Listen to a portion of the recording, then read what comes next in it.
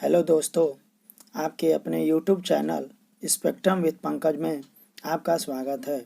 आज हम UP board कक्षा 10 के विज्ञान को सिलेबस को लेकर उपस्थित हुए हैं। जैसा कि आप सभी जानते हैं, पिछले सत्र कोविड-19 महामारी के कारण भी 30% के सिलेबस को कम कर दिया गया था और इस साल भी शैक्षिक सत्र 2021-22 में विद्यालयों में समय से पठन पाठन का कार्य न हो पाने की स्थिति में सम्यक विचारोपरांत विषय विशेषज्ञों की समिति द्वारा 30% के सिलेबस को कम कर दिया गया है। तो मैं आपको सबसे पहले यह बता दूं कि आपके विज्ञान के सिलेबस में कौन कौन से चैप्टर से आपको कौन कौन से टॉपिक नहीं पढ़ने होंगे।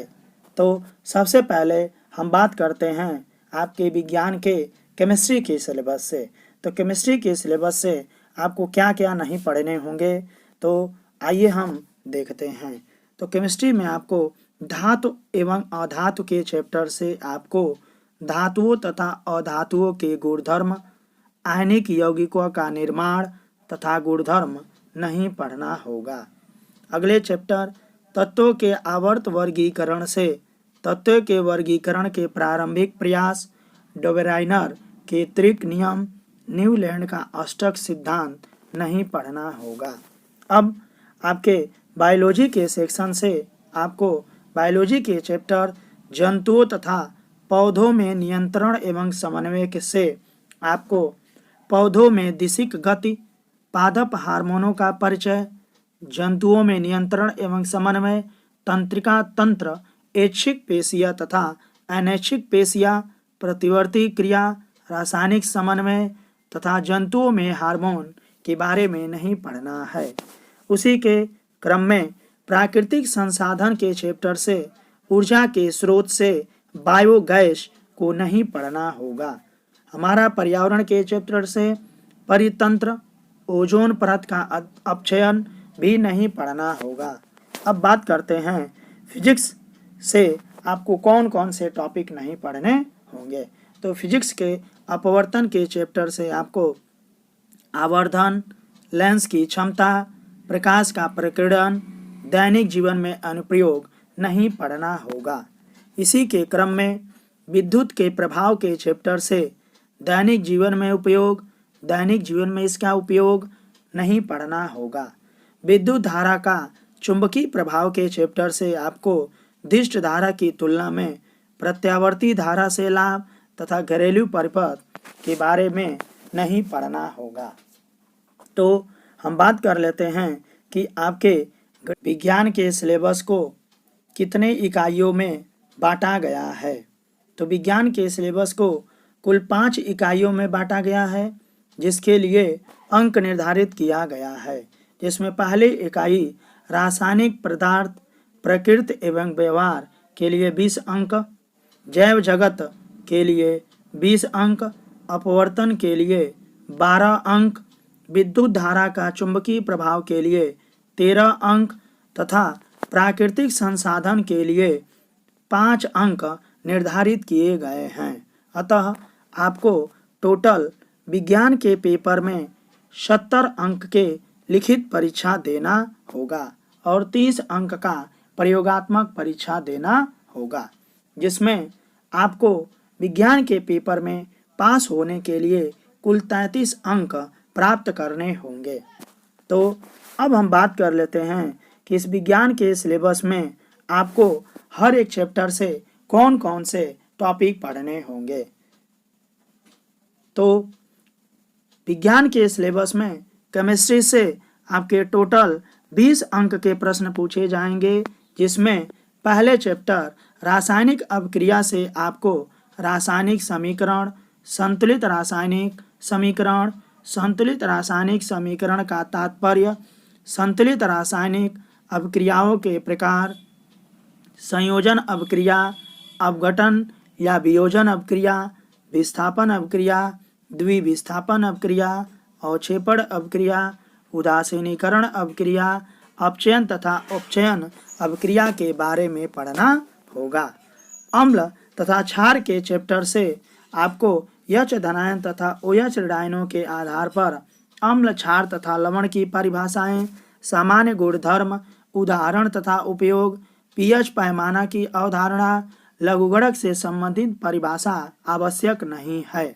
दैनिक जीवन में पीएच का महत्व, सोडियम हाइड्रोक्साइड, विरंजक चूर्ण, बेकिंग सोडा, धामन सोडा, फेरिस के निर्माण की विधि तथा उपयोग को पढ़ना होगा। धातु तथा अधातु के चैप्टर से सक्रियता श्रेणी, धातु कर्म की आधारभूत विधियां, संक्षारण तथा उसका निवारण भी पढ़ना होगा।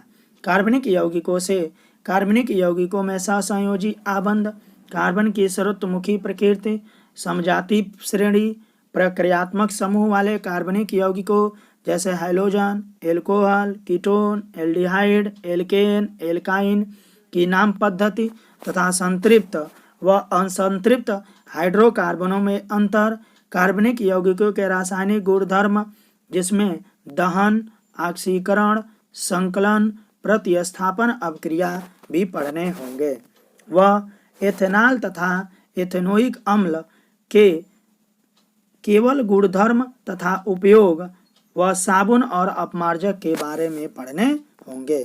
और लास्ट सेक्शन केमिस्ट्री में तत्वों के आवर्त वर्गीकरण के चैप्टर से आपको वर्गीकरण की आवश्यकता, मेंडलीव की आवर्त सारणी, आधुनिक आवर्त सारणी तथा उनके गुणों में उन्नयन, संयोजकता, परमाणु क्रमांक, धात्विक तथा अधात्विक गुणधर्म भी पढ़ने होंगे।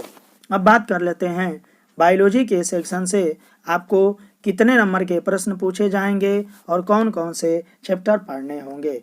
तो बायोलॉजी के लिए भी आपसे परीक्षा में 20 अंक के प्रश्न पूछे जाएंगे, जिसमें आपको पहले चैप्टर जैव प्रक्रम में सजीव पौधों तथा जंतुओं में पोषण, श्वसन, परिवहन तथा उत्सर्जन की मूलभूत अवधारणा के बारे में पढ़ना होगा।